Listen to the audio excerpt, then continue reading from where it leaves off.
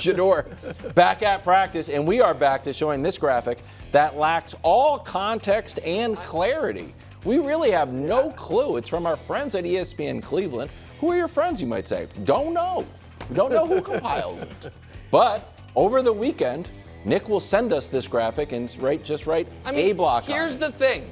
You're right, it's lacking context, but there's certain things you can discern, which is it looks like Dillon Gabriel struggling. Well, he's struggling, but he's oddly thrown way more passes than everybody else. Here's Brew. If you're on the podcast, if you're on the podcast, Shedeur's got 6 touchdowns, 0 interceptions. So here's the thing.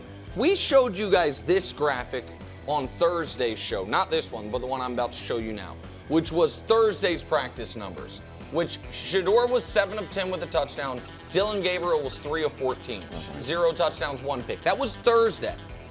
And then Friday, because you're talking about, don't play the video yet, guys.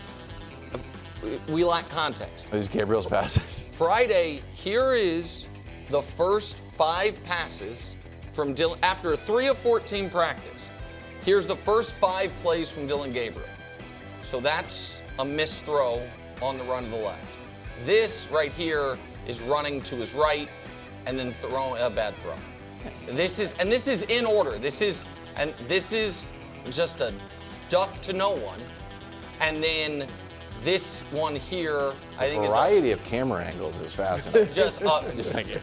It could have been picked in the end zone. So it's the first. Is there one more?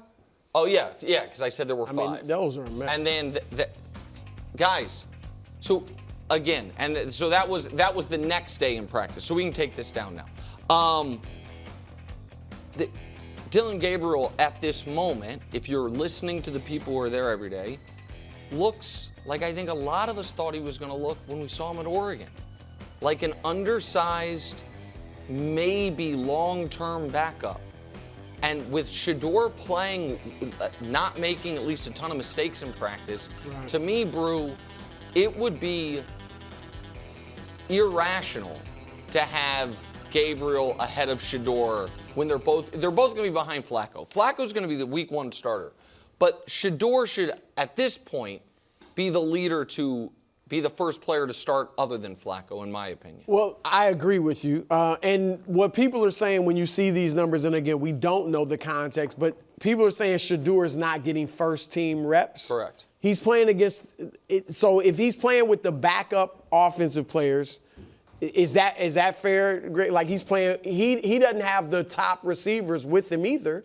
So his numbers – I mean, that would seem to be a positive. But no, he played the first-team defense the other day. Exactly. He's playing first-team defense with backup. But I don't know offense. if it's all the time. Yeah.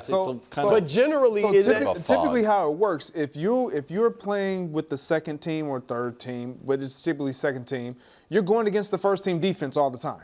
Unless it's one-on-ones, and that's like a game situation scenarios in practice, 1s versus 1s, it has to be called out that way. 2-minute typically is going to be 1s-on-1s sometimes. But then when does like second and third string defense get to practice? Who do they practice? You fill in. Play against, they just okay. They play against he the gets first team rotated with that second team. Okay. There is no true third team, fourth team. Yeah. It's just you get rotated with the 2s or whatever. But he's going against your 1s. And he's putting up those numbers. This is why it's like, yes, he has the advantage over Dillon Gabriel. Look, as a lefty, I don't like the way his balls are coming off. They're spiraling down to the ground. And again, I'm going to get a little nuance with this.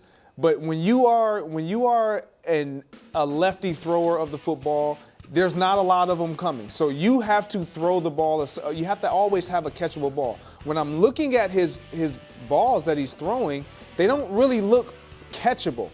Like, and you're throwing ducks. I don't really see too many lefties. I know this is odd. And the people covering the Browns, because Greg Rosenthal on his great podcast NFL Daily pointed out that he was listening to a Browns beat reporter, I forget who it was, talk about how Dillon Gabriel at this point looks like he has lost all confidence, and that it's like he has been practicing so poorly that he walks out there knowing I'm practicing poorly, and that the people covering it for the Browns, who are not like hot take guys, but like the actual newspaper writers, are saying like that the practices are grinding to a halt during the Gabriel reps. So I feel terribly for the kid because he's only a story. A third-round pick who's not going to be a starter wouldn't be a story anywhere, except we think the fifth-round pick might be better than him, and for a team that's going to have to start a rookie at some point. No, I agree with you. And look, I know Stefan. I think Stefanski's a good coach. Obviously, they want to win, Andrew Berry and those guys. But I'm baffled. And again, I'm just talking about not just the numbers, but the way Gabriel has looked as to why he still seems to be ahead of Shedeur. Like, it almost feels like you talked about Ben Johnson wanting to break down Caleb. I mean, it seems like they just want to break Shedeur down to the root. Or do you think it's that they want to just be right about their draft pick? Like that they valued Gabriel more. I think if they, and you're assuming the owner, even though he said that he told them to take Shedeur. Still, it's about getting it right. What's going to save Stefanski and them, I think, is if Shedeur turns out to be a starting caliber quarterback. You think I don't think that would I think it would save those guys. But you are going to your point that you just made. You're going to give that higher draft pick all the runway, as much runway as you possibly can. He's going to get. That's why when you put up those stats, those numbers, Dillon Gabriel is thrown oddly more than ever. Yes, but because he was the quarterback that we drafted first. But let me add this real quick, because the other thing Shedeur has done is, I know he didn't practice with arm soreness, but the report today was that Gabriel's dealing now with a bit of a hamstring. So Gabriel didn't take full reps today. Kenny Pickett's gotten hurt already, dealing with an injury. So, like, there is the things that had to happen for Shedeur to have a real chance are happening, which is Pickett out for a while, which opened up, everybody got more reps. Gabriel struggling, and now also dealing with something. Now, maybe the hamstring is one of the reasons he was struggling. Those things that needed to fall into place are falling into place for Shedeur to have a real chance. It'll be a fascinating. That's it. That's perfect. Well, the preseason game for the Browns. Well, that's about 6 million people watch the Hall of Fame game. This Browns preseason game, if it's a national game, is it though? Do you know? It should be. Yeah. If they play Shedeur at the time, it's going to have huge ratings. Yeah, because people want to play half it. of it. Yeah. Flacco's not playing. Pickett's hurt. I want to see it. Yeah, it's going to be good. Flex that. Flex it? Preseason flex? Preseason flex. Okay. Rams Cowboys are having joint practices. Stafford's not playing. He's getting up there in age and he's resting his back. That's normal. What are you worried about? It sounds like my grandmother's podiatrist. Like some functional walking. What in the world? Brew, are you nervous about this? I think on a scale of 1 to 10, how concerning is this? I'm going to say an 8. Oh. And I'm saying an 8 because I think he'll play. You want to be the 1 or 10? No, it was just your the way you set it up. You were gonna go like, you're like 8 is a lot. I know, but I thought you were gonna. I'm at 12. That's how it felt like we were headed down that road. I say 8. The reason I say 8 because I think he'll play. Okay. I think he'll play, but I think he's going to be hampered. I don't think he's going to be as good because he's going to be banged up. Like the last 2 years, I know he missed, 8 games 3 years ago. Last 2 years, he hasn't missed a ton of games, but he's played banged up. Remember, he had a couple back injuries in Detroit. Absolutely. He had one the year after the Super Bowl. So this is kind of reoccurring, not to mention his other injuries that he's had. He's 37. He's in his 17th year. Like, I just think, in the last 3 years, as he's played, he has not had a passer rating over 94. I know he's had moments, particularly last year, had some nice moments. But overall, no passer rating over 94. Hasn't thrown more than 20 or even 25 touchdowns. And so I just think that his production's not going to be what we've come accustomed to from Matthew Stafford because of his age and the fact that he's injured. And they're saying he's week to week. It's not even day to day. So I just think they didn't foresee any of this. So I think it's a problem. I'm close to you. I have it at a 7.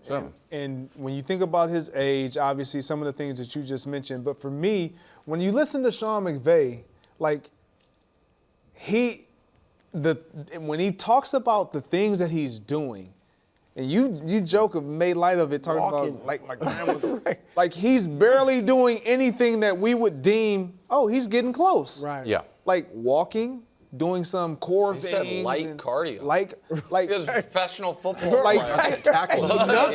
nothing of what he mentioned gives me a Yeah. belief of, oh, he's going to be back out there soon. No, I do believe that he'll be out there because knowing his track record and history of playing injured and dealing with playing with pain, he does it. I just don't think you can run that risk when you have a guy like Jimmy Garoppolo who's played Oh, with Jesus. No, I no, no, forgot. no, no, no. My Who's goodness played gracious. who's played and has snaps up underneath him. Devontae Adams will retire. He's Devontae won Adams some will be like, games. all right, I'm Run the I'm stats, not, Devontae, I'm not and at Jimmy all G, though. saying. But when you have Sean McVay being the play caller and what he has been known to do with quarterbacks, you're Jimmy not G going to gonna rush. Garoppolo's won You're some not gonna games. Oh, there we go. We're so 70% back. was at a Body of the historic great. rate. We are not back to the Jimmy G. Right. Everything they're saying, Wilds, is true, which is What's your he's an number? older exactly. He's an older quarterback. He's been injured before. They're talking about light cardio and walking, and the backup is not good. So it's a 10. A 10? It has to be a 10. Wow. This is the single most concerning injury across the NFL in training camp thus far. This is the only, forget quarterback, just superstar player on a real contender that we're worried about, is he going to be healthy for the season? Right. If I'm not forgetting anybody, we've been actually lucky thus far in training camp Brandon, that there hasn't other guys been, we aren't right, out there. guys that pre-existing injuries. Yeah. I'm not talking. I guess this kind of is, but you know what I mean. We haven't had the guy who suffers an injury, non-contact. They were like, oh, he's done for the year. Right. And this was Submarino. Because here's the other thing. It's not just about is he going to be healthy in September. It's about at 37 years old, can Matt Stafford be at his best in January? You know what I mean? I don't know where they were on your list, Brew, but they are, in my opinion, they're an SBOB team. They've won a Super Bowl together. They're in a winnable division in the weaker of the two conferences. They've got, they went out this offseason and acted like they're, in it for this year. And if he is hampered, they can't win at the highest level. And This is bad. Yeah, it's concerning. Now maybe he'll end up being fine, but if he's questionable for week 1, it really sets them way He's behind an the 8 old ball. 37. Yeah, because and that's kind of old as it is. He got beat up in Detroit. Yeah. Thanks for watching. Subscribe here to get more from the show and to check out clips from other shows on FS1.